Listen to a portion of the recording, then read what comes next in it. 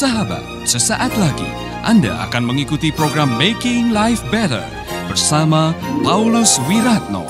Selama 15 menit ke depan, Anda akan belajar membuat kehidupan lebih baik.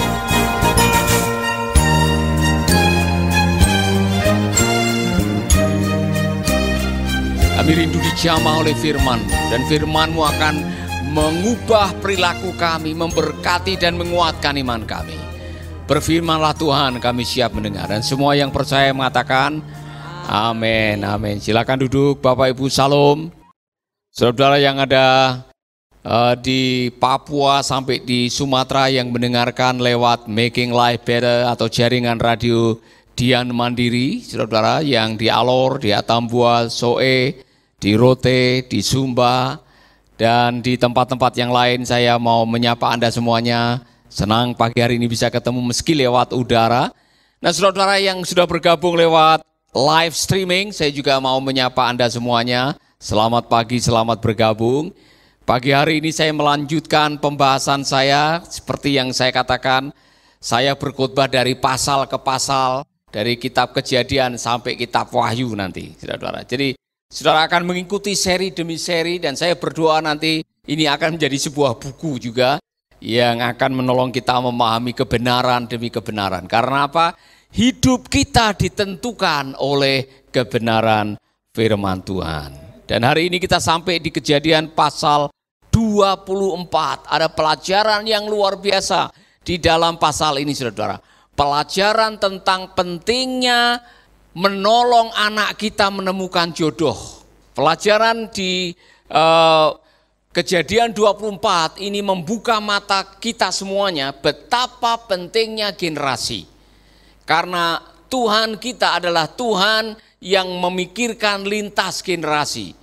Itulah sebabnya salah satu janji yang dikatakan kepada Abraham dan Sarah adalah, aku akan membuat keturunanmu menjadi besar. Dan saudara-saudara, di dalam pasal 24 ini kita menemukan pelajaran yang sangat penting sekali bagi kita semua. Mari kita akan membaca pasal 24 yang sudah menemukan Alkitab atau sudah menemukan pasal 24 kitab Kejadian bilang haleluya.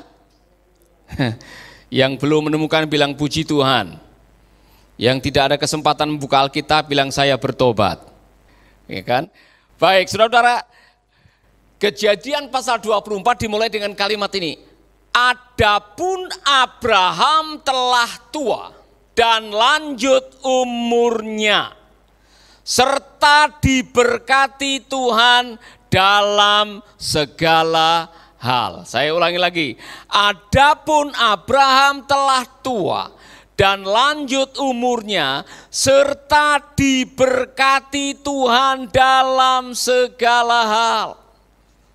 Berkatalah Abraham kepada hambanya yang paling tua dalam rumahnya yang menjadi kuasa atas segala kepunyaannya, katanya, baiklah, letakkan tanganmu di bawah pangkal pahaku, supaya aku mengambil sumpahmu demi Tuhan, Allah yang empunya langit dan yang punya bumi, bahwa engkau tidak akan mengambil untuk anakku seorang istri di antara perempuan Kanaan yang antaranya aku diam. Tetapi engkau harus pergi ke negeriku dan kepada sanak saudaraku untuk mengambil seorang istri bagi Ishak anakku. Menarik sekali, saudara-saudara. Abraham sudah tua dan lanjut umurnya, dan Tuhan memberkati Abraham dalam segala hal. Tetapi ternyata hidup bukan hanya soal berkat. Hidup bukan hanya soal materi. Sukses bukan hanya soal memiliki. Saya mau mengatakan ini, saudara.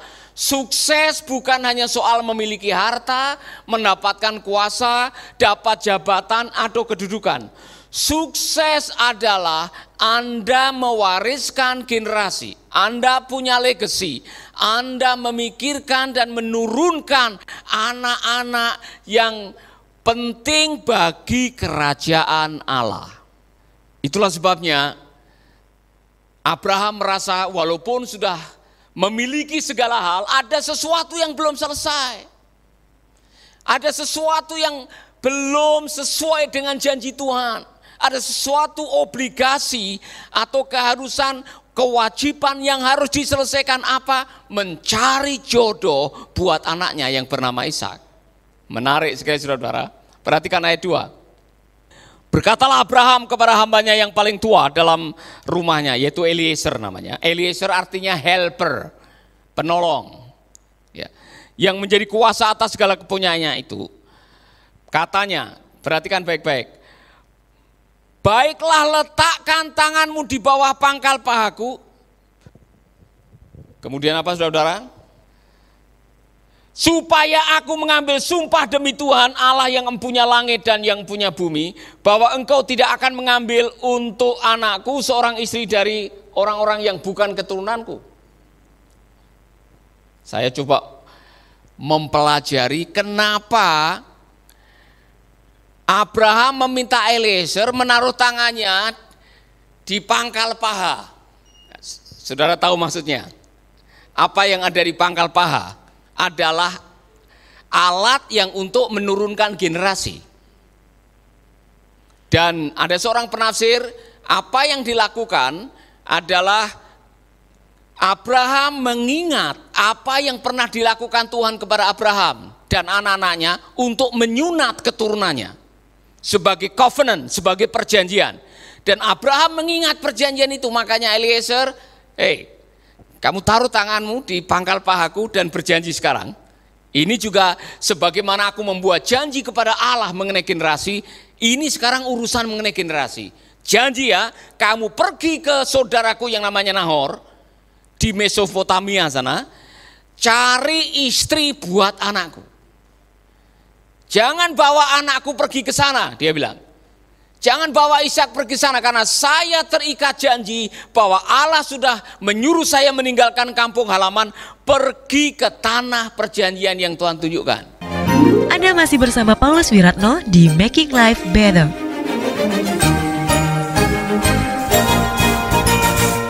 Saudara-saudara, Abraham sedang merealisasikan janji Tuhan dalam kehidupannya. Abraham utang janji kepada Tuhan. Dia sudah membuat sebuah covenant yang mengatakan, ya, saya sudah menyunat seluruh keturunan dan budak-budak saya karena saya yakin apa yang Tuhan katakan akan jadi kenyataan, dan sekarang saatnya saya akan melaksanakan itu. Saya ingin mencari jodoh buat anak saya, bukan sembarangan, tapi jodoh yang memiliki nilai ilahi. Nah, saudara-saudara, Abraham adalah keturunan Sem, dan penafsir mengatakan Abraham tidak mau anaknya menikah dengan sembarangan wanita.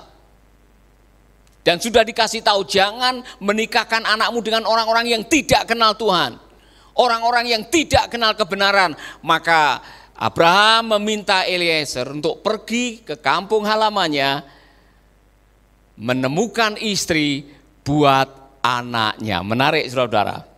Mari kita akan lihat apa yang dilakukan oleh Eliezer. Jadi Eliezer punya tugas terakhir, ini adalah tugas misi mencari jodoh buat Ishak. Mohon maaf, pada waktu itu belum ada WA, belum ada Facebook. Jadi Eliezer tidak tahu wanita seperti apa, dia tidak dikasih tahu. Alamatnya pun tidak tahu, fotonya Nahor juga tidak tahu saudara. Apa yang dilakukan oleh Eliezer adalah sesuatu yang sangat luar biasa. Mari kita akan lihat apa yang dilakukan oleh Eliezer. Kita akan membaca ayat yang ke-8.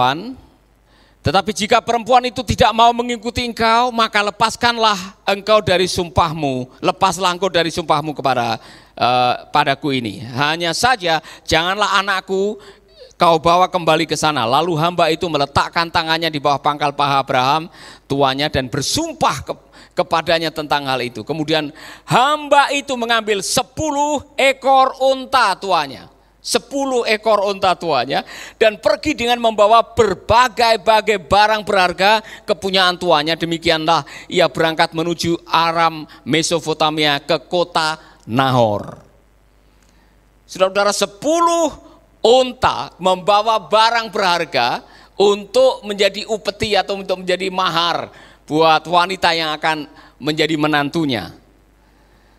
Yang menarik adalah apa yang dilakukan oleh Eliezer. Eliezer tidak tahu bagaimana, tetapi ini yang dilakukan. Dan inilah cara orang nyari jodoh, belajar dari Eliezer ya. Yang masih jomblo-jomblo, kalau mau cari jodoh, belajar dari Eliezer.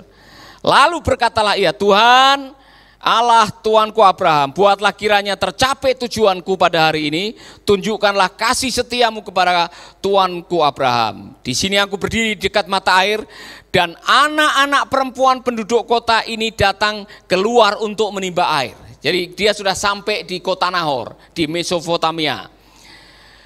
Kemudian kan banyak perempuan-perempuan yang datang itu. Saya yakin Eliezer pasti bingung. Dari perempuan-perempuan ini mana yang paling tepat untuk Ishak? Nah ini orang yang dekat dengan Tuhan kalau nyari jodoh seperti ini.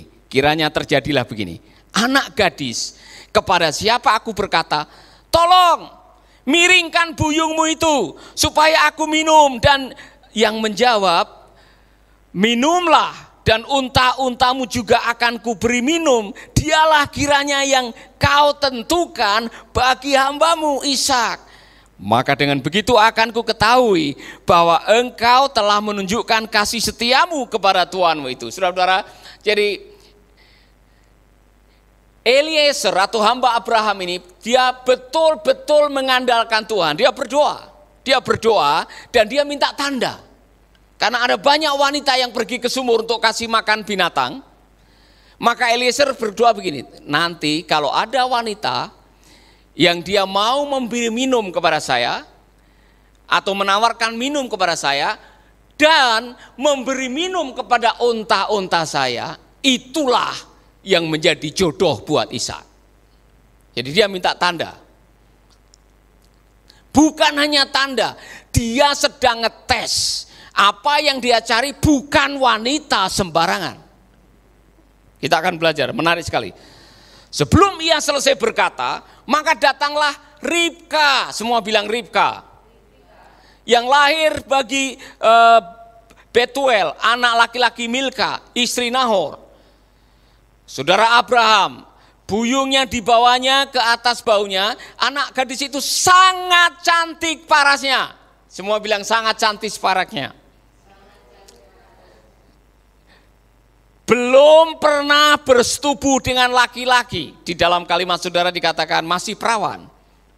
Ia turun ke mata air itu dan mengisi buyungnya lalu kembali naik. Kemudian berlarilah hamba itu mendapatkannya serta berkata, tolong beri aku minum air sedikit dari buyungmu itu. Jawabnya, minumlah Tuhan. Maka segeralah diturunkan buyungnya itu ke tangannya serta diberinya dia minum. Setelah ia selesai memberi hamba itu minum, berkatalah ia, baiklah unta-untamu juga kutimba air sampai semuanya puas minum. Jadi saudara-saudara, belum selesai Eliezer meminta kepada Tuhan atau berkata kepada Tuhan, kalau ada wanita yang mau memberi aku minum dan memberi unta-untaku minum, dialah yang menjadi jodoh buat Ishak. Pelajaran apa saudara-saudara? Pelajaran dalam memilih jodoh, libatkan Tuhan. Bapak-bapak, ibu-ibu yang punya anak, saya berdoa agar Anda semua juga punya andil untuk menolong anakmu menemukan teman hidupnya yang terbaik. Karena apa? Allah kita adalah generations God. Allah yang memikirkan generasi. Itulah sebabnya kita harus mengambil andil untuk menolong anak kita menemukan jodohnya yang paling baik dalam rangka melaksanakan rencana ilahi dalam kehidupan mereka. Amin. Sahabat, Anda baru saja mendengarkan Making Life Better bersama Paulus Wiratno. Jika Anda diberkati, kirimkan kesaksian Anda ke Radio Dian Mandiri, Jalan Intan LC2, Gang 4 Nomor 1, Denpasar, Bali. Kunjungi website kami di pauluswiratno.com, Facebook Paulus Wiratno. Hubungi kami di 0811 0811-3901-144 dan 0811-3901-140. Sekali lagi 0811-3901-144 dan 0811-3901-140. Anda juga bisa mendengarkan program Making Life Better ini melalui handphone Anda. Download aplikasinya di Play Store atau App Store. Sahabat, mari dukung program Making Life Better ini melalui rekening BCA 6690300525. Sekali lagi, rekening BCA 6690300525 atas nama Wiratno. Terima kasih, Tuhan Yesus memberkati.